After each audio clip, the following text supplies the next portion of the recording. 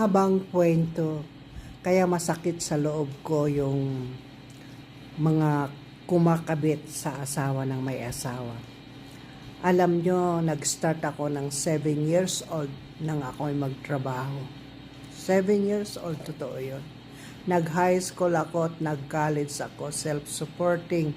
Hanggang sa dumating ng 25 years old, nakamit ko lahat ang mga pangarap ko. Ito ay ikukwento ko lang sa inyo, totoo yun.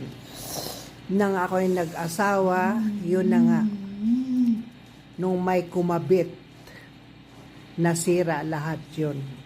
Ako na nga ang naghahanap buhay, siya sa bahay na lang. Pero pinapahawak ko sa kanya ang kinikita ko. Kaya yun ang dahilan kung bakit natuto siya magloko. Alam mo, ang lalaki kapag nagluloko, binabaliktad ang mga pangyayari. Maraming duda na gagawin sa'yo. Duda, yung pala, yung bandang huli, siya pala yun ang may kagagawan. Ganyan ang nangyari sa akin. Isipin mo, pagkakagaling ko sa trabaho, uumangan ako ng baril, ibinta na raw namin ang bahay namin. Totoo yun, may house and lot kami sa BF Research, Pamplona. Single detached. Mura lang ang bili ko sa lupa pero malaki ang nagastos ko. Umabot siya ng 1.5 million. Tapos nagkaroon kami ng mga gamit, kompleto, furniture at saka appliances. Nagkaroon kami ng sasakyan na 2. Nagkaroon kami ng taxi. Nagkaroon kami ng pampasahirong jeep. Tapos nagkaroon kami ng tricycle, 2 pampasahero, 1 single nakaruta ng Phil on Life. Alam mo, nung natuto siyang magloko, 2 ang niya, ginawa niya sa buhay niya. Sugal at saka babae. At saka yun na nga, yung kumabit sa kanya, nakilala niya yun sa silungan sa Las Piñas. Doon niya yun nakilala. Ang pinagtataka ko nga sa kanya, sa tuwing dumarating ako, inuumangan ako ng baril at ibinta na nga raw namin ang bahay. Para walang gulo, ang ginawa ko, ibininta ko. Una muna sa lahat, pinamanmanan ko siya kung ano talaga ang ginagawa niya sa buhay niya. Tapos, yun na nga, na ang bahay ko ginagawa niyang hideout, doon ang mga barkada niya, doon ginagagawa ng mga long table, partner-partner, kinukuha nila sa silungan. Pagkatapos, yung babae niya, doon niya patutulugin sa master bedroom namin, papagamit niya yung mga gamit ko. Tapos, yun na. Pag nung maibinta ko na yung bahay namin, binayaran ko yung kanyang utang nasa sugal, 250,000. Tapos, binigyan ko siya ng 100,000 at saka yung 150,000 sa akin naman. Tapos, yun na, umalis na ako sa bahay na solo damit ang dala ko. Hindi ko na dinala ang mga gamit ko. Alam mo ba, nung lumalabas ako sa bahay, para akong nakaangat sa lupa, na punong-puno ng luha ang mata ko. Nanghihinayang ako dahil pinaghirapan ko yon from 7 years up to 25 years. Nung makamit ko lahat, yon naman. Ang talaga dyan, ang diferensya dyan, yung kumakabit, walang delikadisa. Dapat kayo na mga kumakabit kayo, pag alam na ninyo na may asawa na yung kakabitan nyo, dumistansya na kayo. Humanap kayo ng binata. At saka isa pa, may asawa ka rin, may anak ka rin. Di ba kayo naawa sa mga anak? Isipin mo, ang ibang babae, humihiwalay, may 7 anak, may 8 anak, may 10 anak, may 11 anak, may 4 na anak, may 5 anak, 6 na anak. Isipin mo yon. Pagkatapos kakabitan nyo. Kaya yon ang dahilan kung bakit nasisira ang buhay ng mag-asawa. Kaya yun ang sinisisi ko. Ang kabit talaga, ang number 1 dyan, na dapat sana magkaroon ng batas na bitay. Kasi maraming broken family talaga ang nangyayari sa buhay ng tao.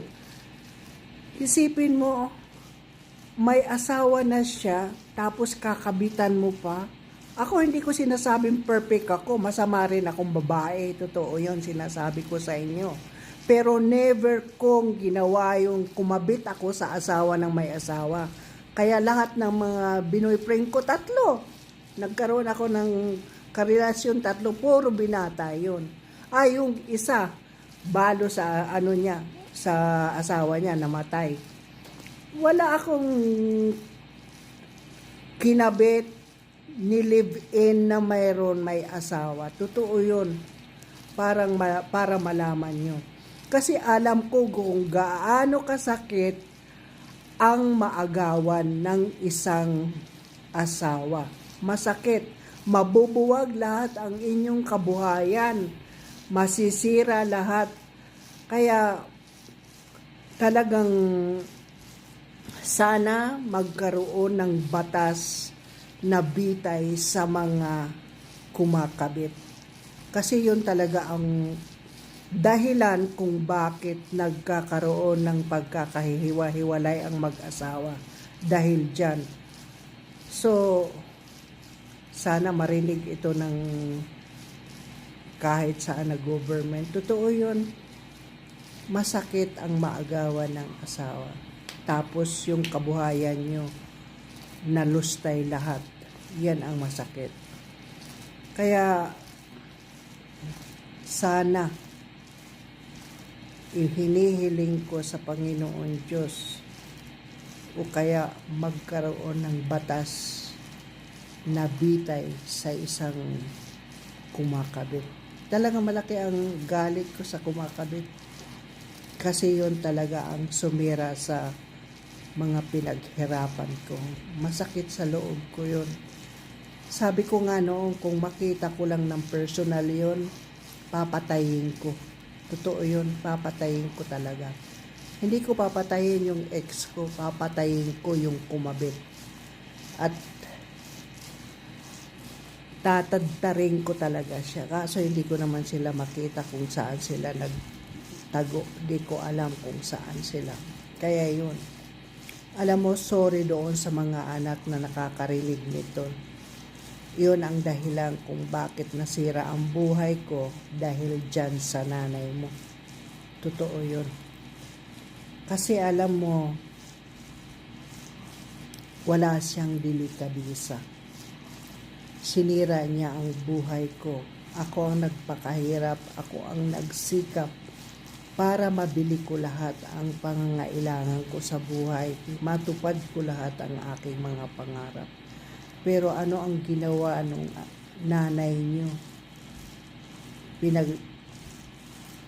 Kinabitan.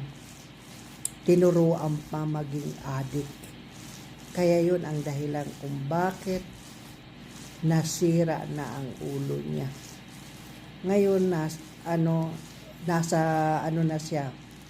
nasa heaven na.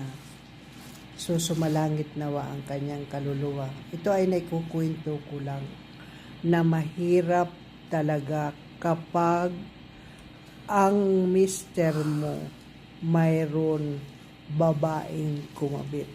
Kaya para sa mga kumakabit, please naman pumili kayo ng binata.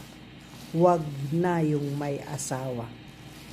Kawawa talaga ng buhay ng mag-asawa kung kayo ang magiging dahilan para maging masira sila dalawa.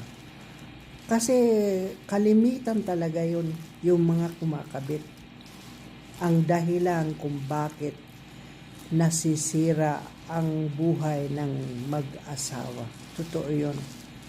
Sana naman matigil na yun. Kumabit kayo, maghanap kayo sa mga binata. Huwag yung mayroon may asawa na. Nauunawaan ba nyo? Sana maliwanag yun sa mga utak nyo.